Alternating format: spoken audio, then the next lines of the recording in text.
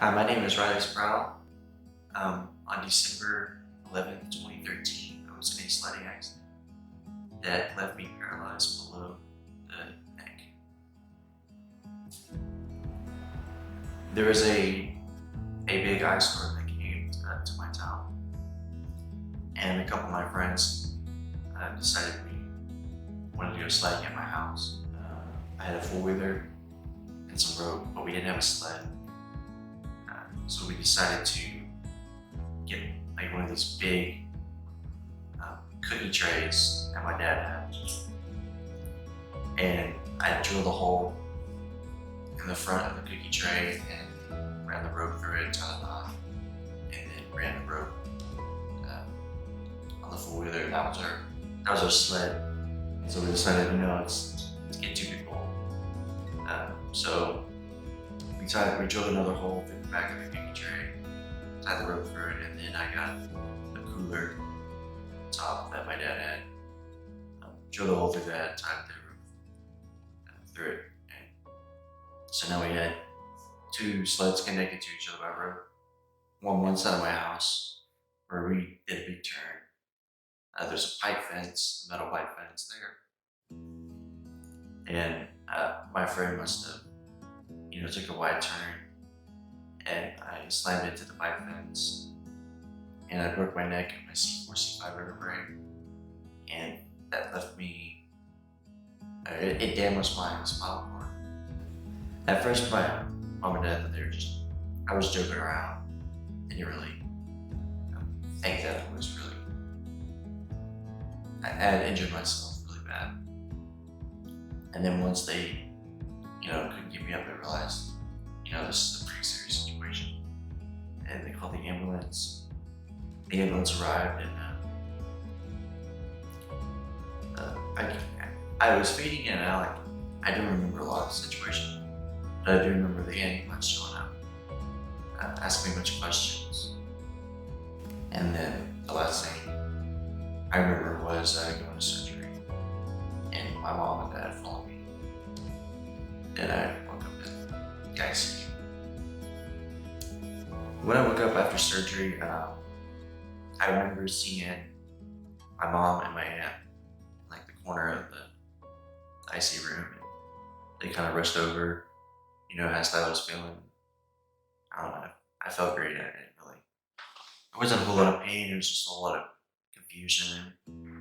Then they alerted the doctor.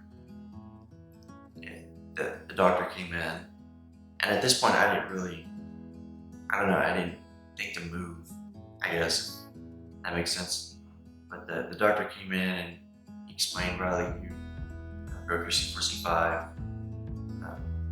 Your spinal cord was damaged, and you are, at the time I was labeled as complete. So he explained complete is loss of no function, below injury level failure, anything like that. And I was like, what? And then I tried to move something, and I really don't remember what he was saying because I was so focused on that, trying to move. And then he finally went over, got close to me, and he said, move your shoulders, and I could move my shoulders. And I was like, okay, that's cool. And then he's like, lift your arm up, and nothing happened. Kind of touch my leg, you feel this? No. Touch my toes, you feel this? No. And then it kind of set in, I can't move anything below my neck. And it hit me like a ton of bricks. I was obviously confused. I was angry. I was mad. I was, in complete and total shock. That this could happen to me. There's no kid. I never thought for a minute before my accident, being paralyzed, that just never entered my mind. When I was an athlete, when I played football, they teach you to tackle correctly and safely, but I don't know, you never think this could happen to me. And I sure didn't think, while sledding, oh man, guys, we better be careful. One of us get hurt, we're kids. that type of stuff never enters my work. It's an innocent mindset. So in there, I kind of had to grow up pretty fast and come to terms with it. And I remember thinking from a spiritual level, why me? I had so much in front of me that I was ready to, accomplish that. I was in the middle of a growth spurt that I've been waiting forever. We won our first playoff game in like 2-3 years in football. That was a pretty big thing, and I was getting ready for baseball, and just doing all the stuff that a wise high school kid does. And I was thinking that most of that was taken away. Why would God take this away from me? And so, my first initial reaction was anger, both spiritually and in the physical world. My faith prior to my injury was, I would label it as a roller coaster. Again, I was a kid when this happened. Teenager, I was 16, going on 17. But my faith was up and down. I was really mature, I guess, in my faith. And I kind of picked and choose when I wanted to, be faithful and live as a Christian. When I felt it was comfortable, when the setting was right, or, it was up and down, but I still had that rock, it was still my base of my life. And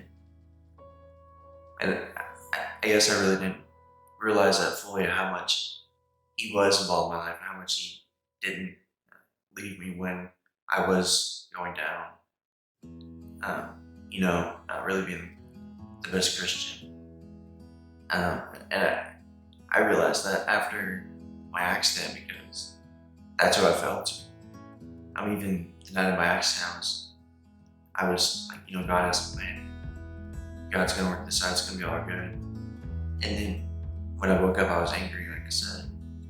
But there's still, I could feel that he was there with me, that he was gonna be every step of the way with me.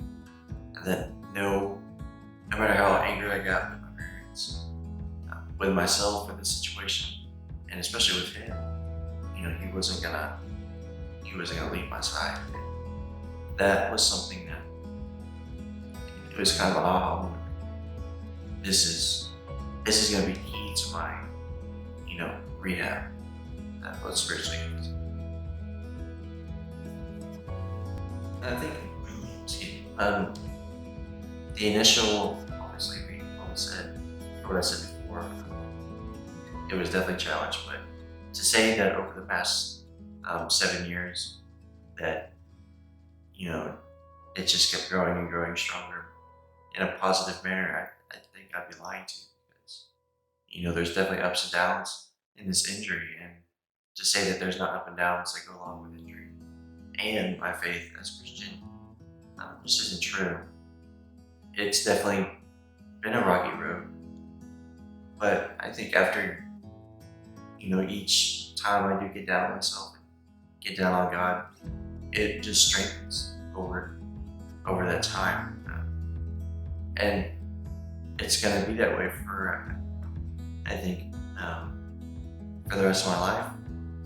But I don't see that negatively. I say that in a positive way, because, this has brought me closer to God, and it's going to continue to do that. It's going to continue to get stronger and stronger. But I'm going to do that hand in hand with God.